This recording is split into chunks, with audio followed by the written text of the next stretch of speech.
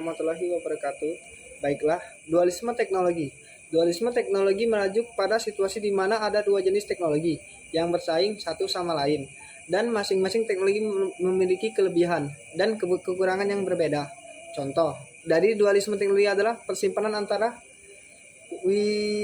VHS dan Betamax pada tahun 1980-an, atau antara sistem operasi Windows dan MAOS pada tahun 1990-an.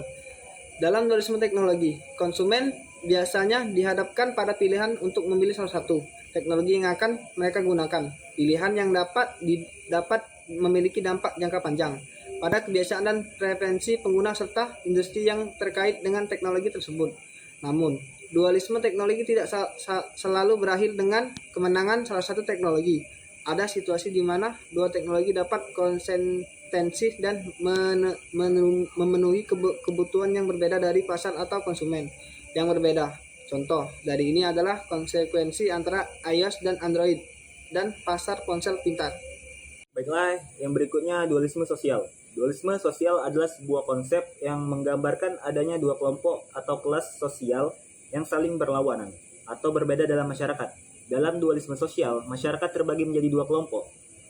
Yang satu memiliki kekuasaan dan sumber daya yang lebih besar, sedangkan yang lainnya memiliki akses terbatas terhadap sumber daya tersebut.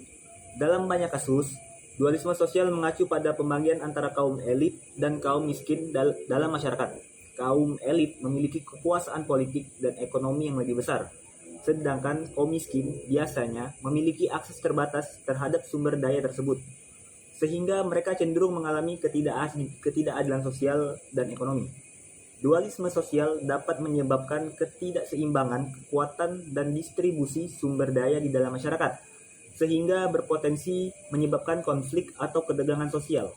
Oleh karena itu, upaya-upaya untuk mengatasi dualisme sosial dan meningkatkan kesetaraan sosial dan ekonomi menjadi sangat penting untuk menciptakan masyarakat yang adil dan harmonis.